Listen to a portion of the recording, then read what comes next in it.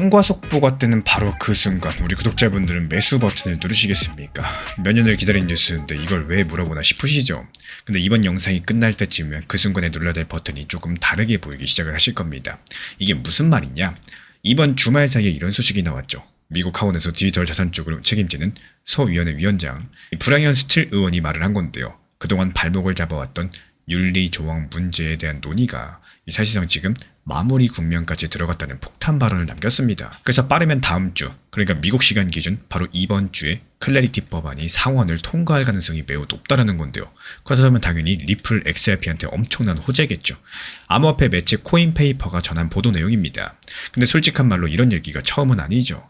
7월 4일까지 끝낸다 이런 목표도 조용히 지나가 버렸고 곧 통과된다 이런 말들만 벌써 몇 달째 끌고 있습니다. 이번에도 말뿐이면 어쩌나 싶을 거고 반대로 이번엔 진짜라면 정작 그날 무슨 일이 벌어질지 아무도 알려주지 않습니다. 기다리던 날이 지금 다가오고 있는데 나만 허둥대면 어떡하나 이런 찜찜함이 분명히 남으실 거고요. 그래서 이번 영상에서는 딱 두 가지만 확실하게 한번 짚어드려 볼게요.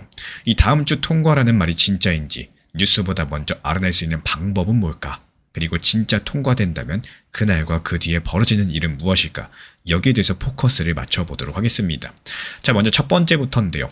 여기서 이상한 점이 한 가지 보입니다. 여기서 미국 상원의 규칙을 살펴보면 이런 큰 법안은 문 하나만 열면 되는 게 아닙니다. 100명 중에 60명이 찬성해야 열리는 문이 두 개인데요. 이 법안의 본격적인 논의 테이블에 올릴지 정하는 문 하나, 그리고 법안 자체를 통과시키는 문 하나.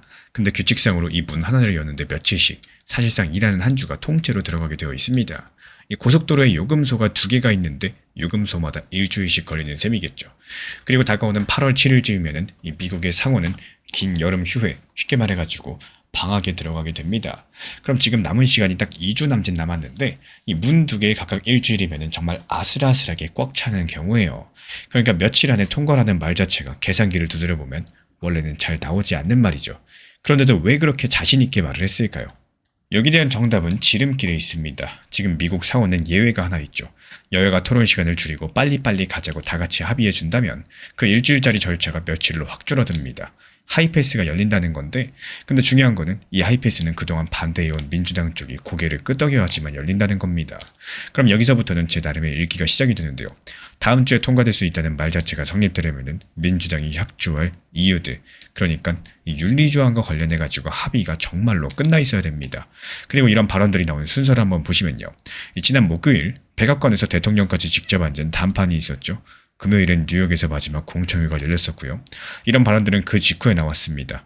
그래서 저는 이거를 그냥 희망 섞인 덕담이 아니라 협상 테이블 안쪽에서 흘러나온 신호 정도로 읽고 있습니다. 다만 정직한 말로 말씀을 드리자면요.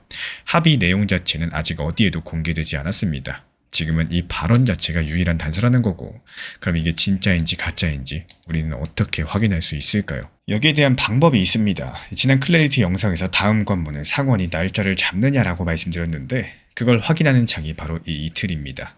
미국의 월요일과 화요일, 우리 시간으로 화요일 수요일 새벽에 상원 의사 일정이 올라올 예정이죠.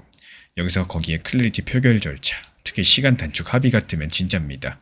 반대로 이틀이 조용히 지나가면 이번에도 미뤄지는 쪽으로 기울었다고 보시면 되겠어요. 표결 결과가 아니라 일정표를 보는 겁니다. 속보보다도 하루 이틀 먼저 하는 방법이죠. 그럼 이제 두 번째 질문으로 가겠습니다. 진짜로 통과했다고 쳤을 때 그날 과연 무슨 일이 벌어질 수 있을까요? 이번에 코인페이퍼가 인용한 한 분석가는요. 통과 이후 XRP가 두 단계로 상승한다고 보고 있습니다. 1단계는 속보를 본 개인들이 나만 놓칠까봐 몰려들면서 만드는 짧고 가파른 급등들, 그리고 두 번째 단계는 은행 같은 큰 기관들이 들어오면서 만드는 길고 단단한 상승들. 여기까지는 정말 듣기 좋은데, 근데 이 시나리오에는 분석가 스스로 인정하는 구멍이 하나 있습니다. 이 기관은 속보를 보고 사는 집단이 아니라는 건데요.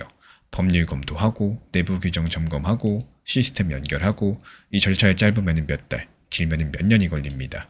그럼 1단계 급등과 2단계 사이에 그 몇 달은 과연 누가 채울까요? 비어있다는 거죠. 그리고 역사를 봤을 때 그 빈 구간에서 무슨 일이 있었는지 기록들이 남아 있습니다.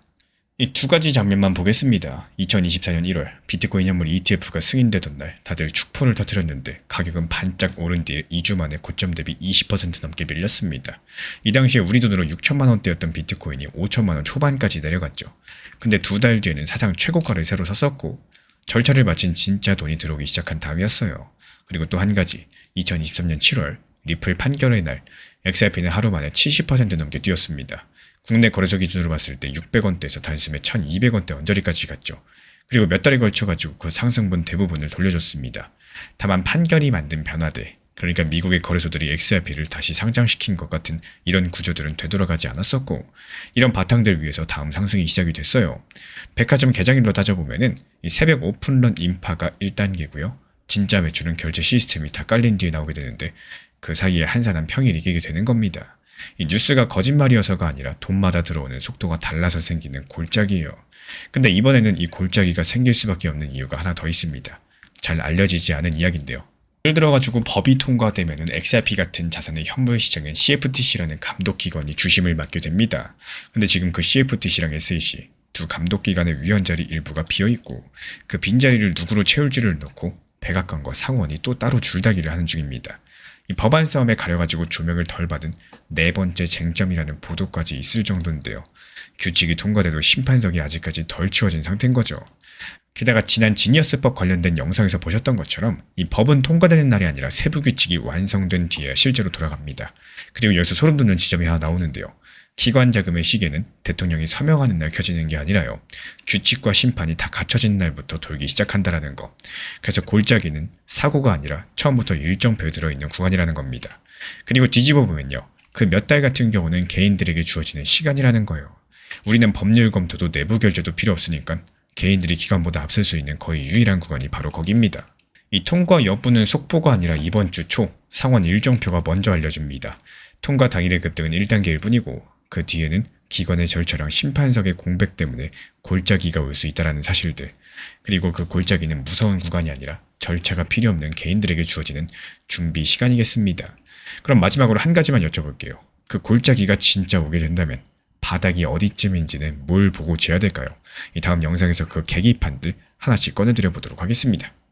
지난 폭락장에서 XRP 1830원 그리고 1900원서 이렇게 두 차례 분할 매수 들어갔던 물량들, 이번에 2200원 단기 매도하면서 깔끔하게 나왔죠. 추가적인 매수 매도 타점 속보로서 받아보고 싶으신 분들께서는 현재 보이는 번호로 연락 주시거나 댓글창 링크 통해서 신청 주시면 확인되는 대로 입장 드리겠습니다. 리플 XRP 투자에 있어서 이제는 투트랙 전략이 반드시 필요해지고 있습니다. 무턱대고 몰빵하거나 반대로 또 손 놓고 기다리는 시대는 끝났어요. 첫 번째 트랙은 매달 분할 매수하시면서 시장이 빠지든 말든 일정 비중으로서 리플을 꾸준히 모아 나가시는 겁니다. 이거는 시간과 리스크를 분산할 수 있는 가장 효율적인 전략인 거고, 그리고 두 번째 트랙은 남은 현금 비중으로 알트코인 단타로서 굴려나갑니다. 수익이 나면은 그거를 다시 리플에 재투자하시면 되는 거고, 이게 바로 수익을 만드는 순환 매수 전략이 되실 거예요. 그런데 여기서 중요한 거는 단타 하실 때 조심하셔야 되는 거예요. 단타 매매 중독되면 끝장입니다. 이 매매 중독을 절대 조심하셔야 되는 거고, 예를 들어 가지고 시장이 과열인데도 지금 아니면 기회가 없다, 이런 조급한 생각에 RSI 지표가 이미 고점인데도 불안해서 또 들어가고 결국에 수익은커녕 손실만 쌓이게 되실 겁니다. 그래서 저희 채널 차원에서는 한 가지 원칙이 있습니다. 확률이 높은 날만 진입을 하세요. 그리고 시장 전체가 과매도 구간일 때, 비트코인 기준 RSI가 바닥을 찍을 때, 그때 알트코인 중에서 최근 거래량이 급등한 종목이 과매도의 경우 MACD, 볼린저 밴드, 이동평균선과 일목균형표 참고해서 신중하게 매수 진입 타점 들어갑니다. 그리고 그 외에는 아예 매매를 쉬는 날도 반드시 있어야지 진짜 단타인 거고, 그렇다면 이걸 어떻게 구별할 수 있는지 궁금하실 거예요. 여기서 챗 GPT가 등장을 합니다. 저희는 챗 GPT를 단순한 도구로 쓰지 않습니다. GPT한테 오늘 확률 높은 진입 타이밍이냐 이렇게 물어볼 수 있게 맞춤 프롬프트를 사용을 하는데요. 그리고 그 결과에 저의 실전 매매 노하우 30%를 덧붙여가지고 GPT 시그널을 보완합니다. 어떻게 하는지 궁금하신 분들 GPT 검색력과 활용 전략을 이용해가지고 이 두 가지를 한 방에 알려드리고 있습니다. 현재 보이시는 번호로서 리플 단타라고 문자 남겨주세요. 지금 이 영상 보신 분들에게만 오픈합니다. 그냥 GPT 쓰는 법이 아니라 투자로 연결되는 GPT 사용법 지금 바로 알려드리도록 하겠습니다.